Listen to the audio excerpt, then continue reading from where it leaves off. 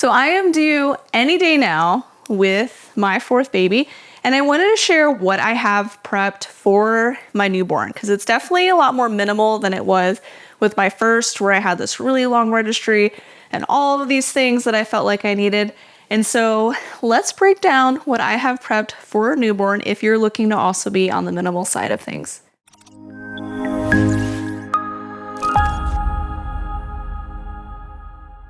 So first thing is stuff for baby to wear, and you don't need that much, but I also have like a lot of hand-me-downs from my previous kids.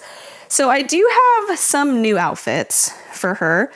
Everything should have zippers. Don't get anything with buttons. Buttons are the worst. These ones actually have buttons, but they were really cute. I didn't realize I had buttons when I bought them, so don't be like me. But yeah, just like a bunch of different onesies. These ones have zippers. These are from Little Sleepies, and they're like super soft and like very lightweight and breathable. But yeah, zippers. Get lots of zippers for it. I haven't gotten too crazy with like the 0 to 3 month clothes just because they do grow very quickly. But I like to get clothes that are like super stretchy that I can kind of squeeze them into for a little bit longer, which is what Little Sleepies are. I can squeeze baby into these for a little bit longer than she might need to be in them, but they do last me a little bit longer. And they're high quality, so I have a bunch from like my previous babies that I can use as well. So I've got some outfits kind of prepped. I like to buy as baby grows, because if I buy too much stuff for like 6 to 9 months or 9 to 12 months, I lose it or I can't remember where I put things. And so my preference is to buy what they need at that time and then just kind of go as baby grows. But I do have like a lot of like hand-me-downs and like leftover clothes as well from my previous kids. In addition to clothes, I also have a lot of like receiving blankets and like burp cloths, because milk gets everywhere, spit up gets everywhere, vomit, just lots of fluids escaping and very decorative. So I have a lot of these kind of readily available to kind of wipe things up and just to make it much easier than having to get like a towel or a bunch of paper towels. And these are also a little bit softer on baby's skin. In addition to their clothes, I have stuff to kind of put them down on or to support them in. And so the first thing I have is a ring sling. I prefer ring slings for newborns. As they get a little bit older and they have a little bit more head control, then I prefer a more structured carrier. But at first I find like the ring slings to be really nice. And there's so many different wonderful brands out there that you can grab. Like Wildbird is great, Solly Baby, Secura Bloom has some, but you're just looking for something that is going to be supportive and that's long enough to support your baby to go around your body. So this was one that I was gifted from a company out in Europe, but ring slings are my preference for newborns. I find it's just easier to put them in and to have them in like a good position. But I do eventually transition to a structured carrier when baby starts to get a little bit bigger. And the one that I have really liked has been Secura Bloom's Scout Carrier. But I like to have baby wear carriers for my newborns and for my babies to carry them around so that I could be a little bit more hands-free. In addition to a baby carrier, I also have different mats and stuff to put baby on. Like if she's on the bed or if she's on the couch, just like a safe place for her to be, because we do have 2 large dogs. I've got 3 other kids that are gonna be running around. And so I like to have something that's like a place for her that people know that they can't walk on. So this is a DockATot. You shouldn't let your baby sleep in them, but I do like to put baby down in it. If I'm on the bed, if like she's on the floor, if she's on like the couch.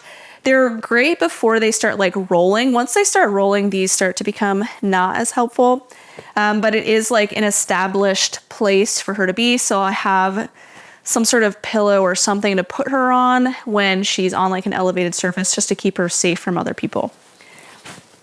If she's gonna be on the floor though, I have different mats that I utilize. You can get like a play mat. We have like the Loveberry play mat as well. This is from Piccolo. It's just like a really thick pad that'll be down on the floor, but same thing. It's like an established space for baby to be in so that people don't walk on her, like the dogs or my children. The play mats and like the little play gyms are nice because there's like a physical barrier around too with like the wooden beams and stuff.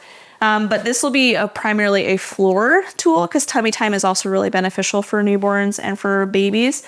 And so we'll have this on the floor for her to have like her safe place to be in. In addition to places to put her like in the home, we'll have places to put her when we're outside the home. So we'll have our car seat and then our stroller as well. With the stroller, we have two right now. We have the UPPAbaby that has the bassinet, which is really nice. And then we also got the Alston Entourage where the seat turns into a bassinet, which is really nice. I like those because it gives baby a little bit more room to kind of wiggle and move around. But you can get whatever stroller works best for you and for your family. And then we have our car seat. For us, we're just doing the 4-in-1 Graco right away. It's what we transition all our kids to, but we can use them as with newborns as well. And it's just so much easier for me than the infant seat. But if you like to take baby in and out in the car seat, the infant seats can be a good option. And sometimes you can get some that are adaptable to your stroller where you could just hook them straight into your stroller as well. Other things that we have ready for baby is diapers. If my previous kids, we've done cloth diapering and we may do that again, but for newborn phase, I like to start with disposable because there's just a lot going on during those early days. But some of my kids have more sensitive skin where I find that the cloth diapers are a little bit nicer for them. And it ends up being a little bit cheaper over time. But we have some amount of diapers set up. Same thing with the clothes. I don't go too crazy with sizes because they do size out pretty fast. And so I just buy what they need at that time and then just hope that we may get through those diapers before we have to progress to the next level. But the diapers are nice because they tell you by weight, like what size is best for you. And you can go through a bunch of different brands. We really like Pampers since we were gifted these Huggies. Pampers Pure is like my preference for the diapers, but there's so many different great ones out there that you can try. In addition to the diapers, I also have a changing pad that I just move it around my house wherever the baby is to be able to do. We don't have like a changing table, but this is nice because I can put it on the couch, I can put it on the floor, I can put it on the counter, wherever I'm changing her, and it makes it super easy. And then I'll have a basket that I have that has like the wipes, the booty balm, the diapers, an extra pair of clothes and stuff that I'll move around with this so that I can change her wherever we're kind of located in the home. And then other things that I have set up are going to be stuff for me to support her with breastfeeding. And so one thing that I have is I have these disposable pads because you can leak a lot during the early days as your milk supply is getting established. And you may actually leak a little bit longer postpartum as well, depending on like your personal anatomy. So I have these disposable nipple pads or covers, which I find to be really helpful so that I don't just continually leak through all my clothes. I have some manual breast pumps that I plan on using. The Haka is a silicone manual pump. I just kind of place it over the nipple that is not being eaten from to help collect letdown because there's a lot during the early days, and then I can build myself a little bit of a freezer stash. And then I prefer manual pumps to like electric pumps. It's just my personal preference. But you can typically get an electric pump with your insurance. So definitely ask your midwife or your OB for a prescription so that you can order some pumps. And some of them will come with a manual pump. So this is from Medela. This is their Harmony pump, I think. But again, it's just my personal preference to have the manual pump. I feel like I get more out of it than an electric one. But I do have an electric pump. I think it's like a Spectra that I got from my insurance. And you get a new one with every baby as well, plus the milk bags and all of like the accessories and stuff that you need. So definitely figure out what your insurance covers. And there's so many great companies that offer like support, like Baby Pavilion is who I got my electric pump through.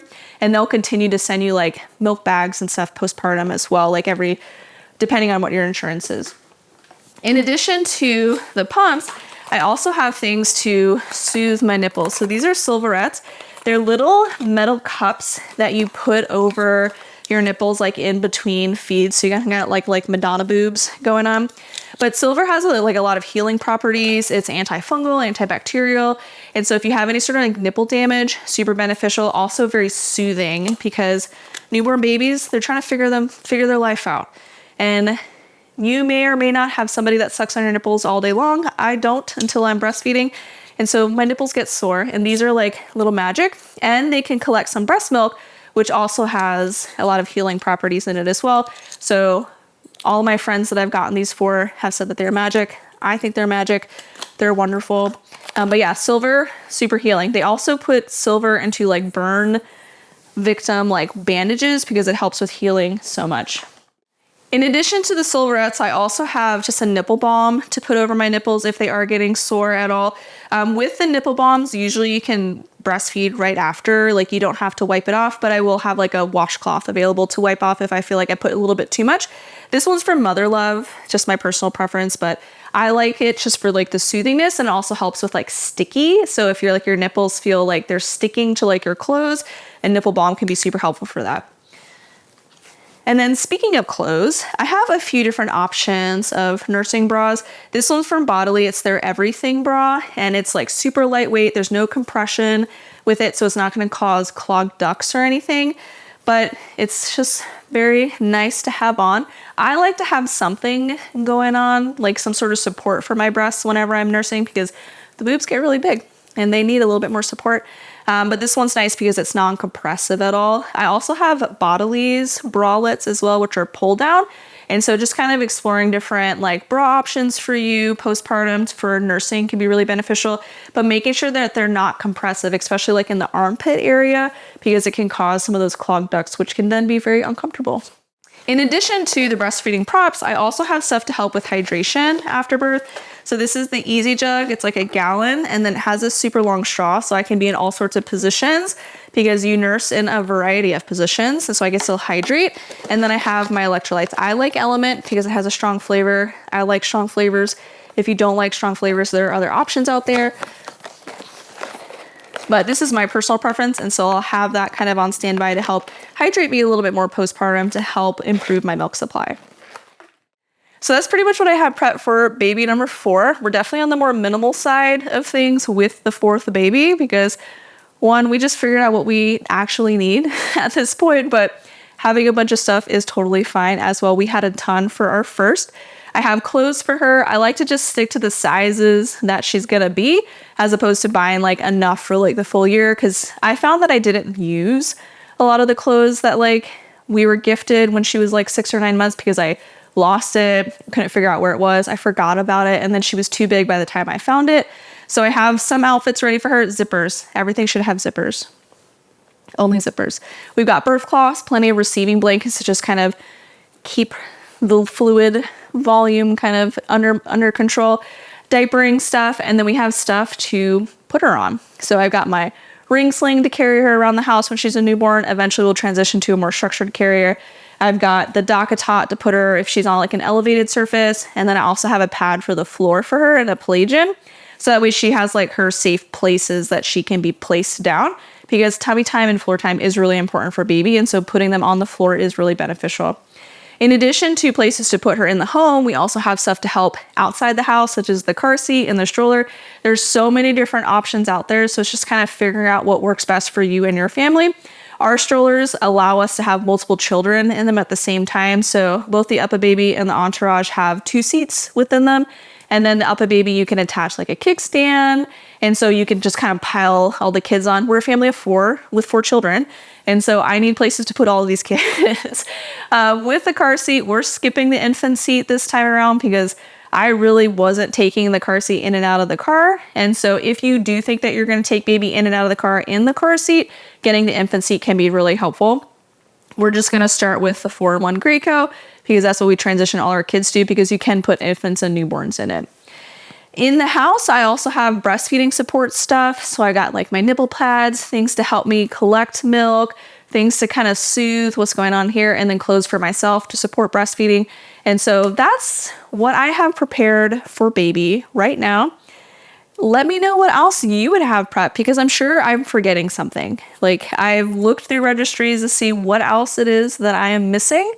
So let me know down in the comments below what you also have prepped or what you think that I'm missing, because I'm sure it'll be like 2 a.m. when I'm postpartum when I realize that I needed this one thing, and I'll be Amazoning prime day shipping it to myself. So let me know in the comments below what you think I'm missing or what else you would add to your newborn prep. And I hope this video was helpful for you.